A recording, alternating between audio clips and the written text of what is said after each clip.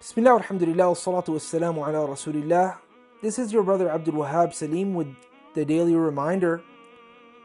Allah subhanahu wa ta'ala says in the Quran, وَاللَّيْلِ إِذَا يَغْشَى.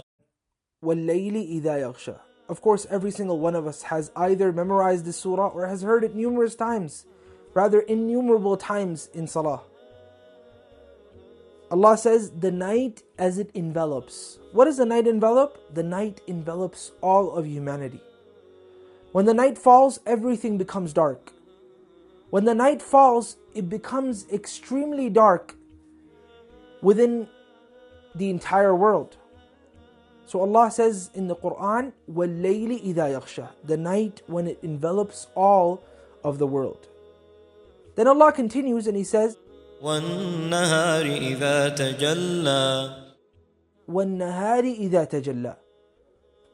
And the day when it becomes bright. And the interesting thing is that Allah subhanahu wa ta'ala says tajalla using the verb form tafa'ala, which has a connotation of something occurring gradually. So if you sit in the morning time, as I was doing just this morning, you sit in the morning time and you look at the eastern horizon of the sky, you'll notice that the sun is coming out slowly. It will be coming out slowly, and as it gradually appears, gradually the nahar, the morning time, also appears along with the gradual progression of the sun. وَالنَّهَارِ إِذَا تَجَلَّى. So these are two things, two concepts, the night and the day. If you go to the youngest of children, maybe my daughter that's about 4 years old, she knows that it's nighttime now and it's daytime now. Depending on the time of the day, she'll tell you it's dark outside, it's not dark outside, it's really bright outside, the sun is in my eyes, she'll say. Every single one of us, children, the older, the elderly, all of us know the night from the day.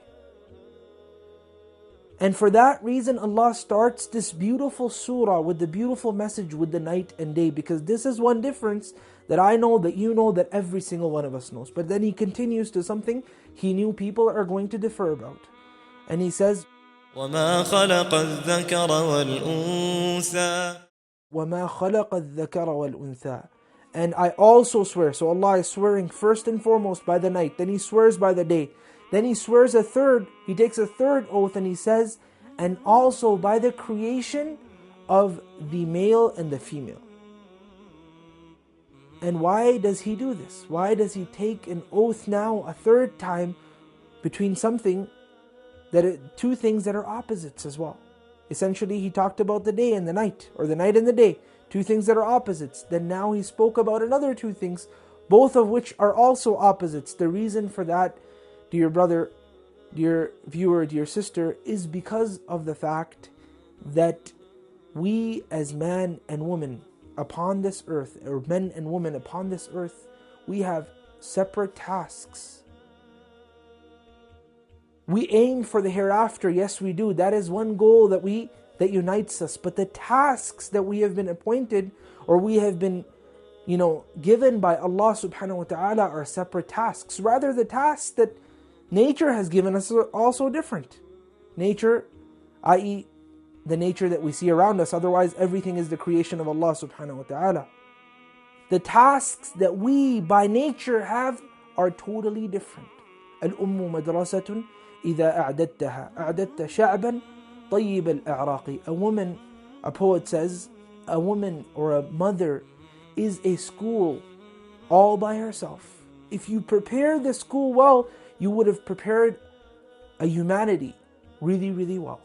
The next generation is very, very dependent on the woman. We're at the crossroads of a time where the woman is manipulated for different purposes. You go outside, you see billboards, signs that you always have to hide your kids' eyes from, sight from, gaze from.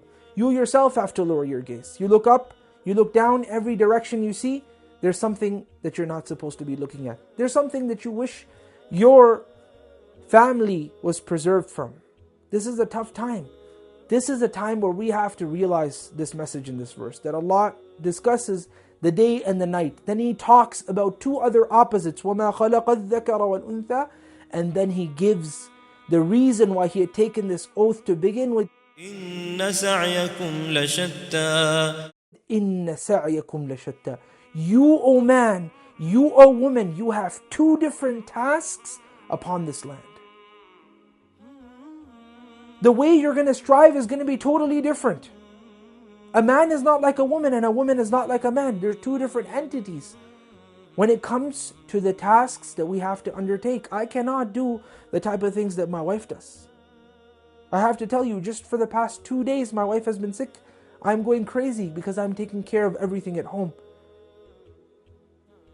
And vice versa. Women will tell you, when they step out of the house and they start taking control and they start taking charge of the responsibility that the man is obliged by Islam to take care of, i.e. earning the bread, i.e. taking care of everything outside, i.e. making sure that the family is preserved and safe, the woman also gets exhausted. Because Allah has created two different creations for two different tasks. Otherwise, we would have either all been men or all been women. There wouldn't have been a difference. And this is my message to you, Abdul Wahab Saleem. Make sure that you recognize the difference between man and woman. Don't play with it. We don't have to look down upon one another, but what we have to do is we have to cherish, we have to respect, and we have to understand our roles upon this planet. Wa sallallahu ala Sayyidina Muhammadin wa ala alihi wa sahbihi ajma'in.